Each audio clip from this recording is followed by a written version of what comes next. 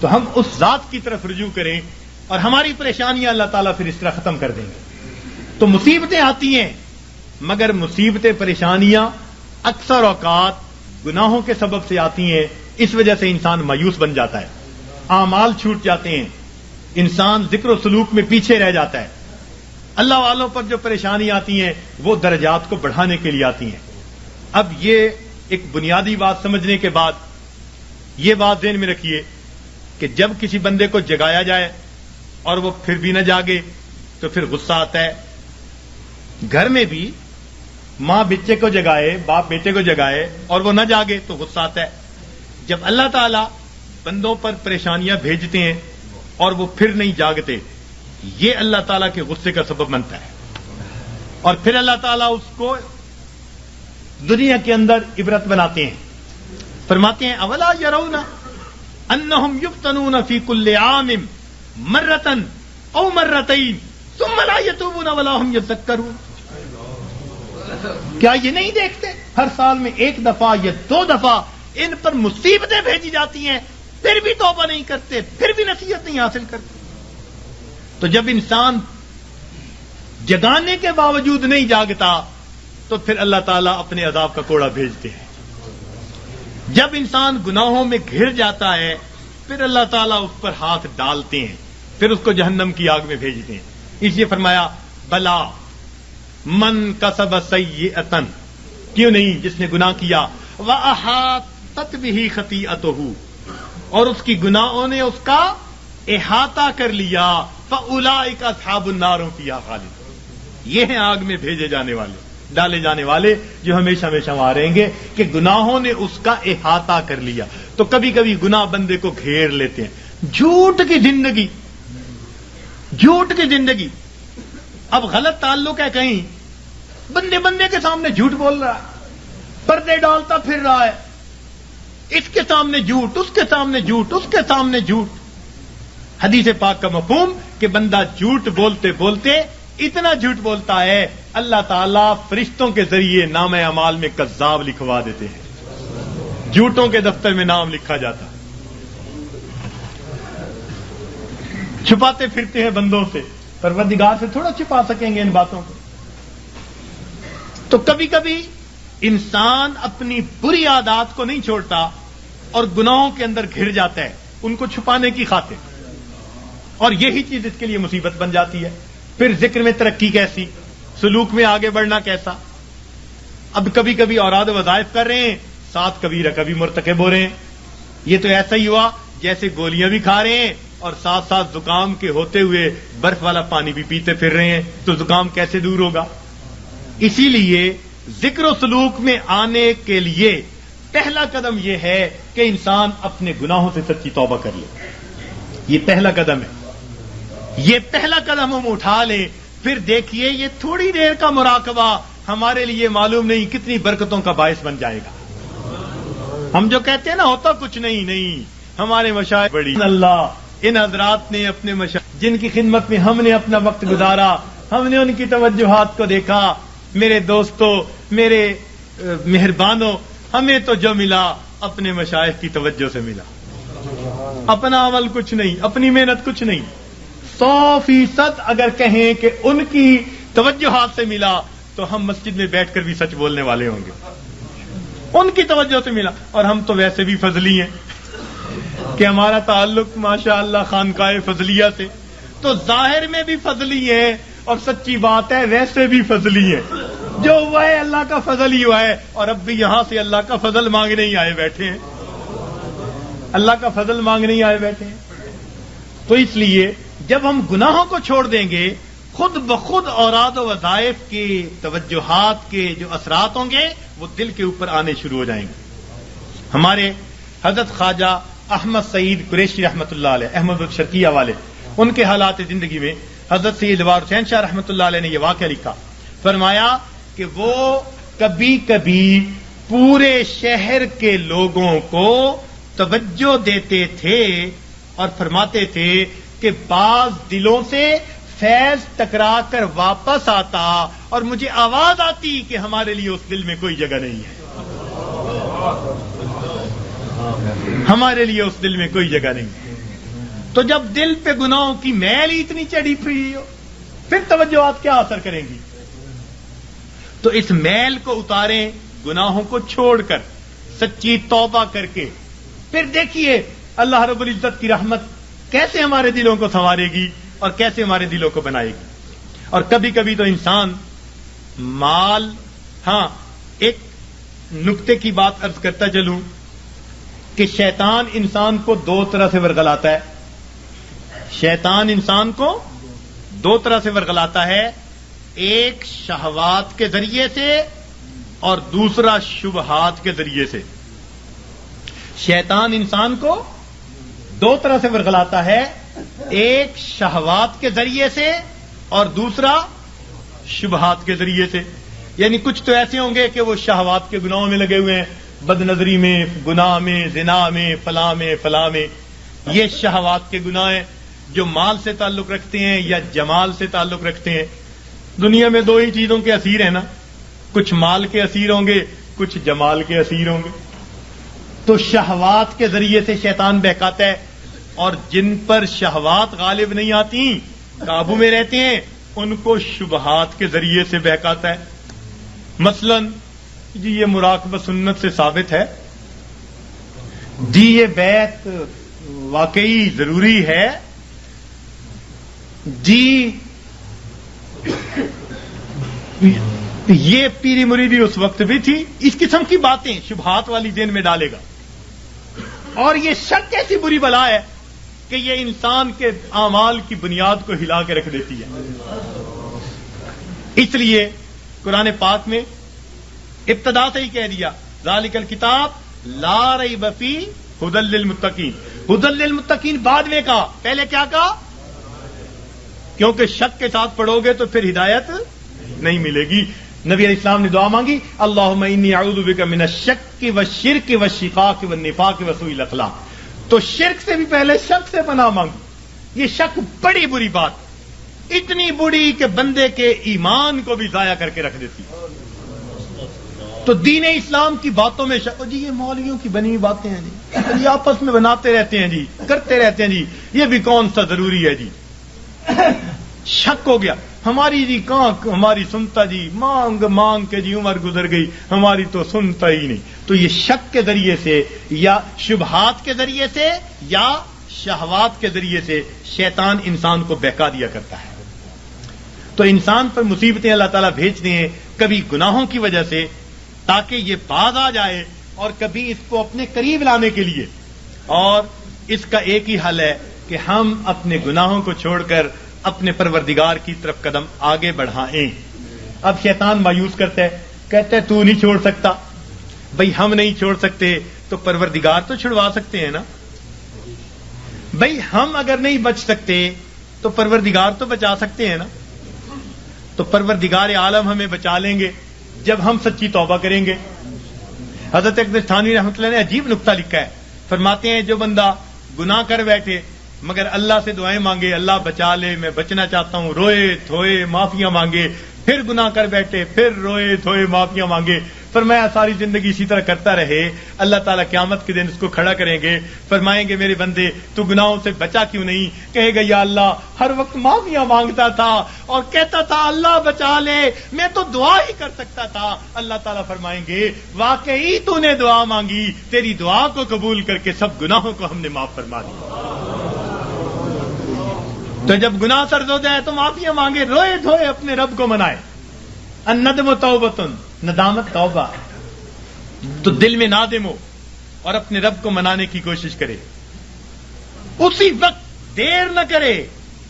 گناہ کا سرزد ہو جانا یہ کوئی ایسی بڑی بات نہیں ہے، بڑے بڑوں سے بعض اوقات غلطیاں ہو جاتی ہیں، تو گر جانا برا نہیں، گر کر پڑے رہنا برا ہوا کرتا ہے۔ تو کبھی کوئی کوتاہی ہو جائے، کوئی غلطی سرزد ہو جائے تو بندہ فوراً اپنے رب سے سچے دل سے معافی مانگے اور اپنے آپ کو اللہ تعالیٰ کے پیش کرے اور کہ اللہ مجھے بچا لینا۔ غم حیات کے سائے محیط نہ کرنا، غم حیات کے سائے محیط نہ کرنا، کسی غریب کو دل کا غریب نہ کرنا، میں امتحان کے قابل نہیں میرے مولا، میں امتحان کے قابل نہیں میرے مولا، مجھے گناہ کا موقع نصیب نہ کرنا. تو روئے اللہ مجھے گناہ کا موقع نہ دینا، اللہ بچا لینا. تو جب بندہ روئے گا اللہ تعالیٰ پھر اس کو گناہوں سے بچا لیں گے.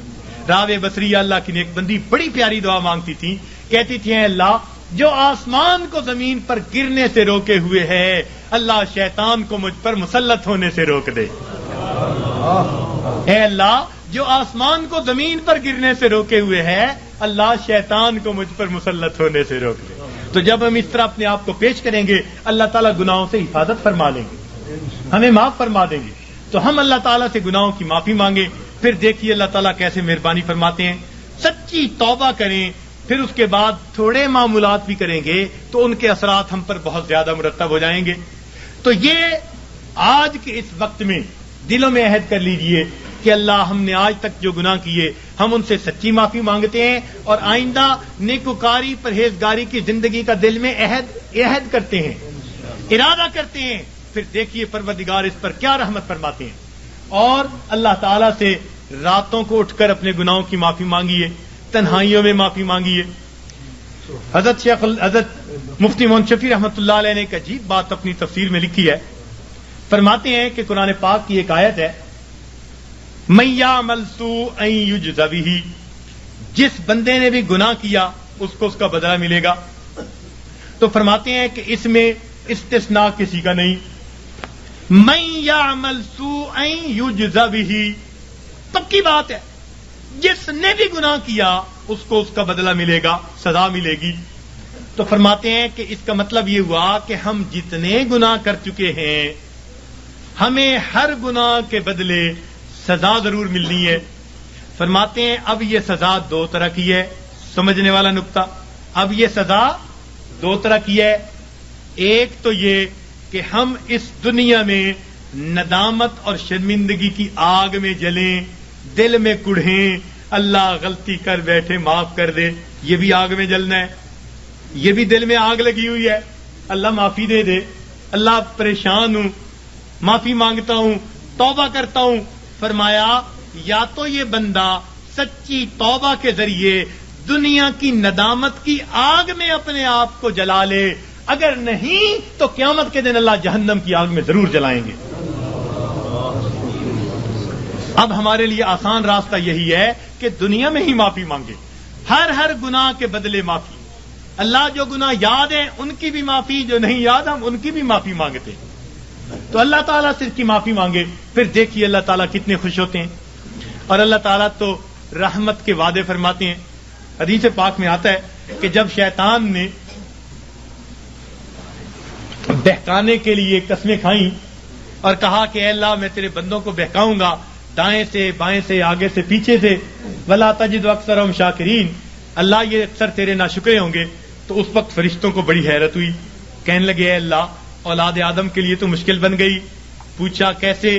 اے اللہ یہ شیطان دائیں بائیں آگے پیچھے سے بہکائے گا اور بندوں کے لیے تو کوئی راستہ ہی نہیں بچا. اللہ تعالیٰ نے فرمایا کہ میرے فرشتوں یہ دو سمتوں کو بھول گیا، ایک نیچے کی سمت ایک اوپر کی سمت. میرا گناہگار بندہ جب اپنے گناہوں پہ پریشان ہو کر میرے در پہ آئے گا اور میرے در پر آ کر ہاتھ پھیلا دے گا، چونکہ ہاتھ اوپر کی سمت کو اٹھیں گے ابھی اس کے ہاتھ نیچے نہیں جائیں گے، میں اس کے گناہوں کو معاف فرما دوں گا.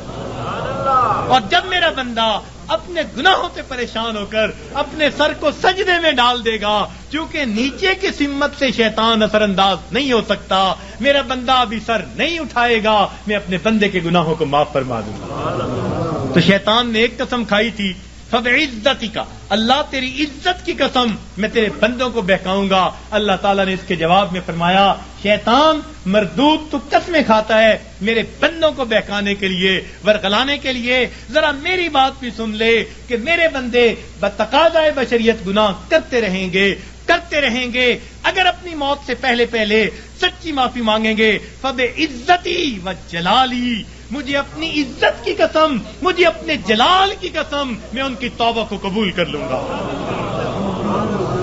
تو شیطان نے بہکانے کے لیے ایک قسم کھائی تھی، رحمان نے معافی دینے کے لیے دو قسمیں کھائی ہوئی ہیں. سبحان اللہ. اس لیے اللہ تعالیٰ کی ہر صفت کا ایک نام ہے، لیکن رحمت کی صفت کے دو نام ہیں، رحمان اور رحیم. اور کوئی صفت ایسی نہیں جس کے دو نام ہو سوائے رحمت کی صفت. وہ تو اتنا کریم آقا ہے، وہ تو بخش کے خوش ہوتا ہے، وہ تو معاف کر کے خوش ہوا کرتا ہے. میں ایک مرتبہ بچیوں کو پردے میں درس دے رہا تھا، ایک جامعہ کی دور حدیث کی بچیاں تھیں، تو ان سے میں نے سوال پوچھا کہ بتاؤ دنیا میں سب سے آسان کام کیا ہے؟ ایک بچی نے جواب دیا کہ اپنی ماں کو منانا. میں نے پوچھا وہ کیسے؟ کہنے لگی جی کہ ہمارا یہ تجربہ ہے کہ ماں اگر اپنے بیٹے سے ناراض بھی ہونا تو بیٹی سے پوچھتی پھرتی ہے، اس نے روٹی کھا لی، اس کا بستر تو نے بنا دیا، اس کے کپڑے تو نے ٹھیک کر دیے. اب اوپر سے ناراض پھر رہی ہے، مگر ماں کی مامتا اس کو مجبور کر رہی ہے، لہذا بیٹی سے پوچھتی پھرتی ہے، بیٹی کے ذریعے اس کو کھانا پہنچا رہی ہے. دل سے ناراض نہیں، خفا تھی، بچے نے ستایا مگر دل سے خفا نہیں، اس لیے پوچھتی بھی پھر رہی ہے کہ بچے کو سب چیزیں مل گئی یا نہیں مل گئی. تو وہ کہنے لگی کہ جب ماں کی مامتا کا یہ حال ہے تو ماں کو منانا بہت آسان ہوتا ہے. میں نے کہا ہاں، ماں کو منانا آسان صحیح، پھر بھی ماں کے پاس آنا پڑتا ہے. بچہ آ کر کہہ دے امی معاف کر دیں، ماں معاف کر دیتی ہے. بچہ آ کر ماں کا جسم دبائے، امی معاف کر دیں، معاف کر دیتی ہے. ہاتھ جوڑ دے، معاف کر دیتی ہے. اگر پھر بھی معاف نہ کرے، بچہ رو پڑے، ماں سے کبھی بیٹے کے آنسو نہیں دیکھے جاتے. کتنی ناراض کیوں نہ ہوگی جب دیکھے گی بچہ آنسو بہا رہا ہے، اپنے دوپٹے کے پلو کو لے کے آنسو پوچھے گی، کہے گی بیٹا رو نہیں، چل میں نے تجھے معاف کر دیا. تو ماں کو منانا دنیا میں اتنا آسان ہے. بچیاں کہنے لگیں، میں نے انہیں اس وقت بتایا کہ دیکھو ایک اور ذات ہے جس کو منانا ماں کے منانے سے بھی 70 گنا زیادہ آسان ہے، اور وہ پروردگار عالم کی ذات ہے. ماں کو تو پھر بھی زبان سے کہنا پڑے گا، پاؤں پکڑنے پڑیں گے، ہاتھ جوڑنے پڑیں گے، آنسو بہانے پڑیں گے. ایک وہ پروردگار ذات ہے جس کے سامنے بندہ تنہائی میں بیٹھا ہو، فقط دل کے اندر نادم ہو جائے، دل کے اندر شرمندہ ہو جائے اور دل میں پکارے پروردگار گناہوں کی معافی چاہتا ہوں، میں نے سچی توبہ کر لی، اللہ میں نے صلح کر لی، مجھے اپنا بنا لے، شیطان کے پنجے سے چھڑا لے. کوئی ہاتھ نہیں ہلایا، کوئی اس نے زبان سے لفظ نہیں نکالا، فقط دل کی ندامت کو قبول کر کے اللہ تعالیٰ اپنی ناراضگی کو دور فرما دیتے ہیں. تو اللہ رب العزت کو منانا ماں کے منانے سے بھی 70 گنا زیادہ آسان. تو اپنے رب کو منا لیجئے. ابن قیم رحمت اللہ نے عجیب واقعہ لکھا، فرماتے ہیں میں گلی میں جا رہا تھا، میں نے دیکھا ایک دروازہ کھلا، ماں اپنے بچے کو مار رہی ہے، تھپڑ لگا رہی ہے اور کہتی ہے تو نے مجھے بڑا ذلیل کیا، بڑا پریشان کیا، نافرمان ہے، کوئی بات نہیں مانتا، نکل جا میرے گھر سے. وہ بچہ رو رہا تھا، دھکے کھا رہا تھا. جب گھر سے باہر نکلا ماں نے کنڈی لگا دی. فرماتے ہیں میں کھڑا ہو گیا ذرا منظر تو دیکھوں. بچہ روتے روتے ایک طرف کو چل پڑا، ذرا آگے گیا، نکر سے پہلے واپس آ گیا، پھر دروازے پہ کھڑا. میں نے پوچھا بچے واپس کیوں آ گئے؟ کہنے لگا سوچا تھا کہیں اور چلا جاؤں، پھر دل میں خیال آیا مجھے دنیا کی ہر چیز مل سکتی ہے، مجھے ماں کی محبت نہیں مل سکتی، میں اس لیے واپس آ گیا ہوں. محبت ملے گی اسی در سے ملے گی. کہتے ہیں بچہ بات کر کے وہی بیٹھ گیا، میں بھی وہی بیٹھا.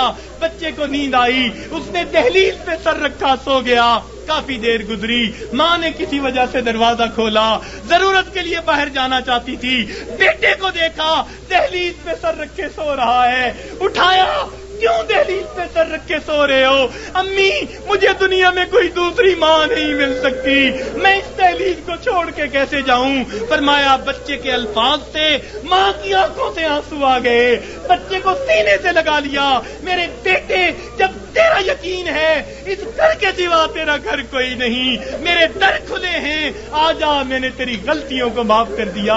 فرماتے ہیں جب گنہگار بندہ اپنے رب کے دروازے پہ اس طرح آتا ہے اور کہتے ہیں رب کریم میری خطاؤں کو معاف کر دے، میرے گناہوں کو معاف کر دے، اے بے قصوں کے دستگیر اے دکھی دلوں کو سکون دینے والے، اے غمزدہ دلوں کو تسلی دینے والی ذات، اے پریشان دلوں کو سکون بخشنے والی ذات، اے بے سہارا لوگوں کا سہارا بننے والی ذات، اے گناہوں کے پردوں میں، گناہوں کو اپنی رحمت کے پردوں میں چھپا لینے والی ذات، تو میرے لیے رحمت فرما دے، مجھے در در کے دھکے کھانے سے بچا لے، اللہ اپنی ناراضگی سے بچا لے، میں سلو کرنے کے لیے حاضر ہو گیا ہوں، پروردگار آئندہ نیکوکاری کی زندگی عطا فرما۔ تو جب بندہ اس طرح پیش کر دیتا ہے، اللہ رب العزت اس بندے کی توبہ کو قبول کر لیتے ہیں۔